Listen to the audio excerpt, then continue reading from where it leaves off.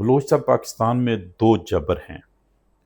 ایک military establishment کا جبر ہے اور دوسرا مذہبی جبر ہے۔ ان دو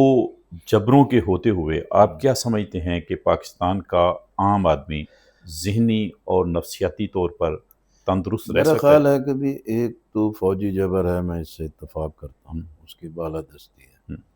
دوسرا جو ہے مذہب نہیں ہے، سیکولرزم، بد کرداری اور اللہ سے غافل ہونا،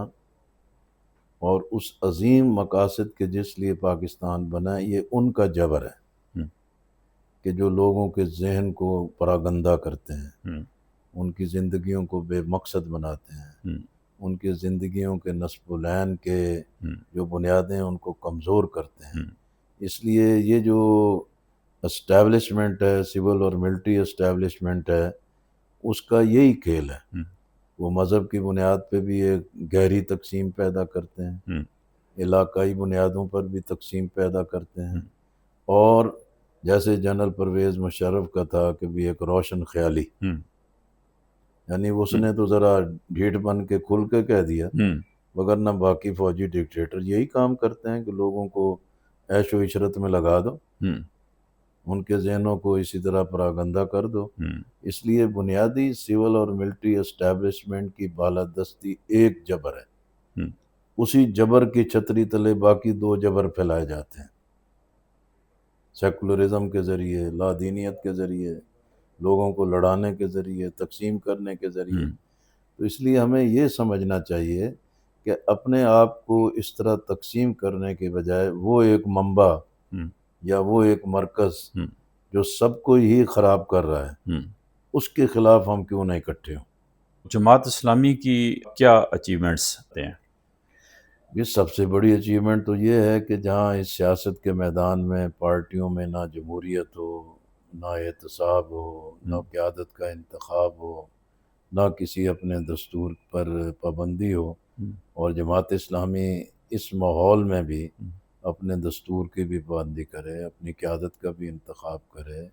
جمہوری اقدار کی بھی پاسداری کرے، لوگوں کی، عوام کی بھی خدمت کرے، اور ورکرز کی بھی ٹریننگ کرے، ذہن سازی، کردار سازی، کہ میکسیمم لوگوں کے اندر جو ہے اصول کی بنیاد پر وفا قائم رہنی چاہیے۔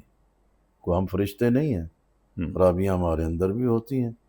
ہمارے اندر بھی لوگ پھسلتے ہیں، لیکن غالب اکثریت جو ہے کہ وہ بالکل ایک کمٹمنٹ پہ قائم رہتی ہے۔ میں سمجھتا ہوں اس پوری مدت میں جماعت اسلامی کی یہ سب سے بڑی اچیومنٹ ہے کہ جہاں ہر طرف یہ مفاد پرستی ہو، ہر طرف سیاست کا ایک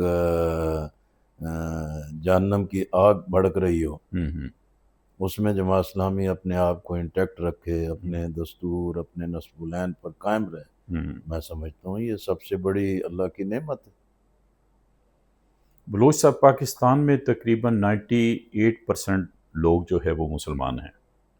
اور جماعت اسلامی کا جس طریقے سے آپ نے کردار بتایا موجود ہے۔ کیا وجہ ہے کہ پاکستانی معاشرہ پھر بھی اس قدر بدحال ہے، بد کرداری ہے، انصاف کا ماحول نہیں ہے، لوگ غیر مطمئن ہیں؟ دیکھیں نا، اس میں وہ کہتا ہوں نا، ایک ووٹ دینے والا بھی ذمہ دار ہے، ووٹ لینے والا بھی ذمہ دار ہے۔ جب ووٹ دینے کا وقت ہوتا ہے، عوام بھی آنکھیں بند کر لیتی ہیں اور کسی اصول، ضابطے، کسی جمہوریت کو پیش نظر نہیں رکھتی، لیکن ووٹ لینے والا بھی اس لیے ذمہ دار ہے کہ وہ عوام کو ان مفادات کے چنگل میں پھنسا دیا، اور لوگوں کے پاس ووٹ کی قدر و قیمت نہیں ہے، لوگ اس کی اہمیت کو نہیں سمجھتے۔ بیٹی کا رشتہ کرنا ہو تو کوشش کرتے ہیں کہ داماد اچھا ہونا چاہیے، گھر اچھا ہونا چاہیے، ملک کو ٹھیک کرنا ہے تو اس کے لیے بالکل غافل ہوتے ہیں۔ بس ایک نکار خانے میں ڈھول بجتے ہیں، اور جس کے نتیجے میں بالآخر نہ نظام ٹھیک ہوتا ہے، نہ قیادت ٹھیک ہوتی ہے، نہ عوام کی خواہشات پوری ہوتی ہیں۔